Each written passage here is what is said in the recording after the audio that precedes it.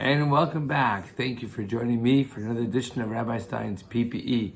So this week we're going to take a bit of a pause. We're not going to go on the weekly Parsha, which by the way is Parsha Tzav, all about the Korbanos, sacrifices, a continuation really from last week. But really I want to digress and allow this to be the Shabbos HaGadol drasha of sorts, if you may. Usually before a really big holiday, well, any major juncture in the year, we have two Shabbats that are really special. They have a title.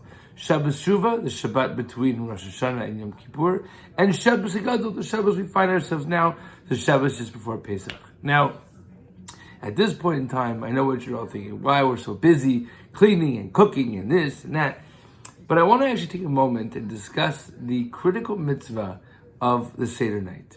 We have a mitzvah in the Torah. V'yigadat levincha b'yom hahu. You shall teach it to your children on that day.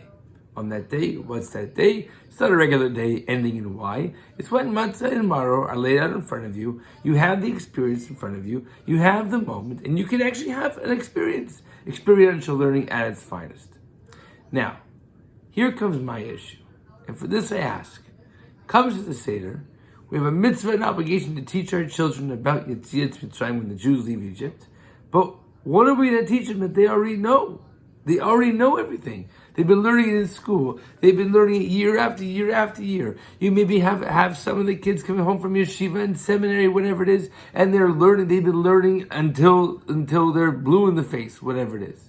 So what am I actually teaching them now that is going to be different? How am I going to fulfill this obligation to teach them if they already know?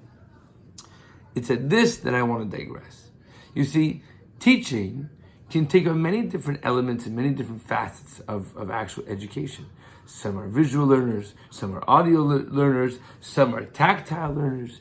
The point of the Seder is to inculcate a memory, an experience that their children, your children, will take with them for the rest of their lives.